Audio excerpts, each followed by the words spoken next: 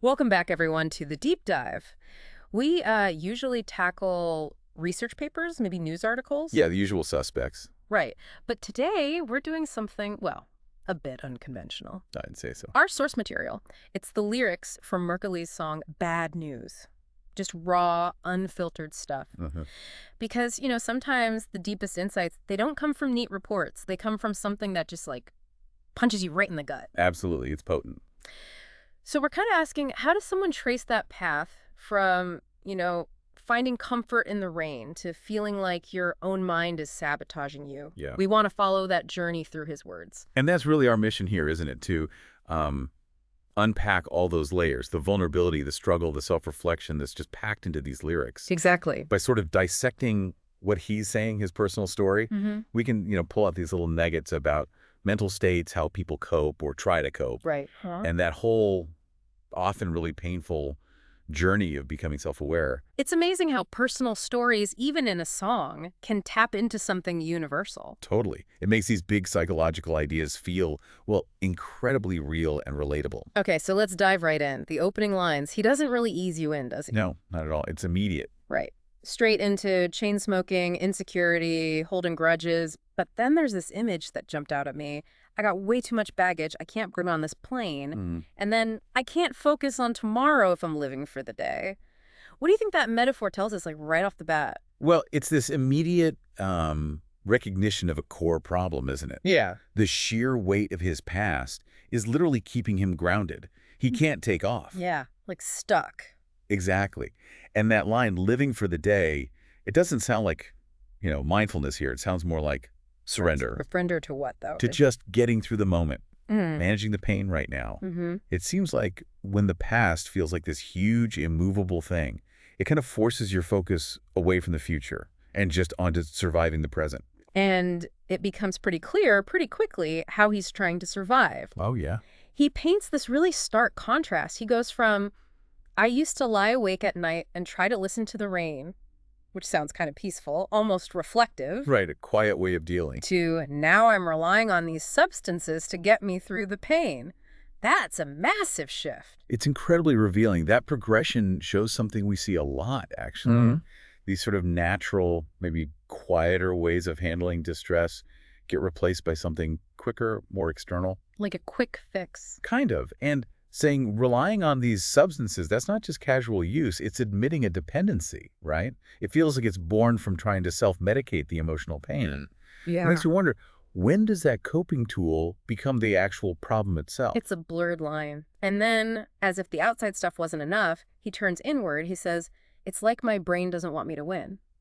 Ooh, yeah. That internal fight is so clear. And then he follows it with, you can change with all this pain or make it hard for you, kid. That line, my brain doesn't want me to win, points straight at that deep internal battle. Yeah. Self-sabotage, essentially. Right. And the key thing there, I think, is realizing the fight often isn't you against the world. It's you against, well, parts of yourself. Like an internal civil war. Sort of, yeah. And just seeing that, understanding that friction inside, that's like the first step to maybe untangling it. And the next line gives that stark choice. Exactly. Use the pain to grow or let it just keep making things difficult. It really highlights the choice or maybe the feeling that you don't have a choice in dealing with those inner struggles. Then he drops this Truman Show reference, which I found fascinating. It's like, I'm on a Truman Show. How I fall for this shit. What's that about? What do you make of that? Is it feeling manipulated or something else? The Truman Show metaphor is really telling. It's this powerful image for feeling like your life is somehow being directed or you're stuck in this loop. A script you can't break. Exactly. Stuck in these predictable, self-defeating patterns. Like it's all set up. But the real insight, maybe, is realizing that when life feels like that, like a pre-written trap, maybe it's our own mental loops that are the director. Ah, so you're the director, not just the actor. Potentially, yeah. He's realizing he might be able to step outside of just watching it happen and maybe even change the script. And then the vulnerability just keeps coming. Hi, I know you think I'm bad news, but to be honest with you, I do too. Wow. That's not just how others see him. He's bought into it completely. It just reminds me how easily those outside labels can become like your internal reality. And what's so striking is how he fully accepts that external view. I know you think I'm bad news, and then immediately says, yeah, me too. No argument. None. It shows this really deep-seated self-perception that just mirrors what he thinks others see. It's not just self-doubt, it's like he's diagnosed himself. Right. And that makes the problem part of his core identity, which, can be a massive, massive barrier if you're trying to change. You can almost feel him wrestling with that barrier when he talks about unpacking my problems and being a hardhead. Yeah, the struggle is palpable. There's this huge gap between knowing what needs doing and, well, actually doing it. And then he just cries out, "Fuck a bottle full of Jack. I'm gonna feel this pain. Wish I can't numb it anymore. It's driving me insane." Mm-hmm. That feels like a real turning point, doesn't it? Like a desperate craving for something, anything different. That's a critical pivot point in the lyrics, I think. After admitting he uses substances to numb the pain, he expresses this desire to actually feel it. Which sounds awful, but maybe necessary. Perhaps. It suggests a shift, right, from avoidance to maybe a very reluctant confrontation. The fact that the numbness itself is now driving him insane tells you the coping mechanism isn't working anymore. The solution became the problem. Exactly. It's contributing to the distress. And that drives this desperate need for a new way, even if it means facing really uncomfortable stuff head on. It's like the start of processing, maybe, realizing the fix is broken. And he's so brutally self-aware about his own patterns later on. I never try, but act surprised when I don't see no game. Ah, yes. It's just another pity party. Now it's me I blame. I mean, who hasn't thrown themselves one of those pity parties? Oh, absolutely. Yeah. It shows that classic cognitive loop, doesn't it? You set yourself up for failure by not trying, then you beat yourself up for the outcome you basically guaranteed. Yeah. The nugget there is that just knowing isn't enough. Mm. Insight alone doesn't fix it.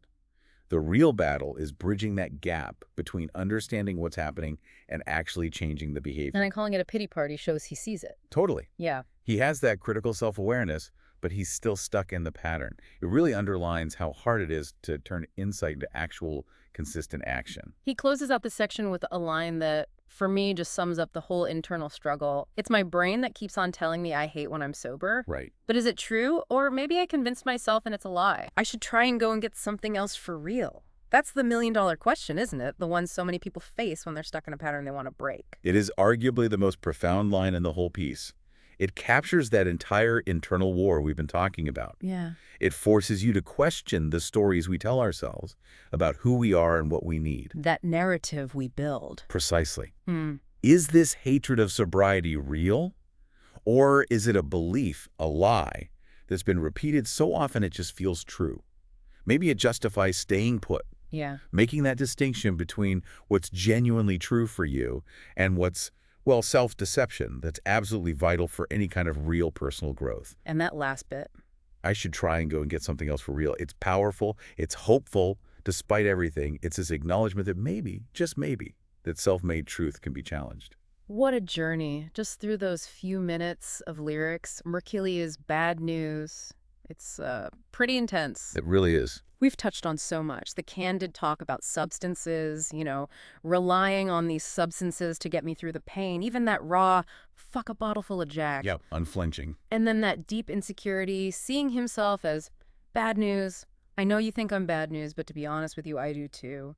Owning that label. And just the sheer weight of the past, the baggage he can't bring on the plane. Admitting he's a hardhead when it comes to unpacking it all. And if you zoom out a bit, connect his story to, the bigger picture of being human. Such a potent example of that internal battle we all fight sometimes. Totally. That line, it's like my brain doesn't want me to win, just captures that feeling of internal sabotage perfectly. Yeah.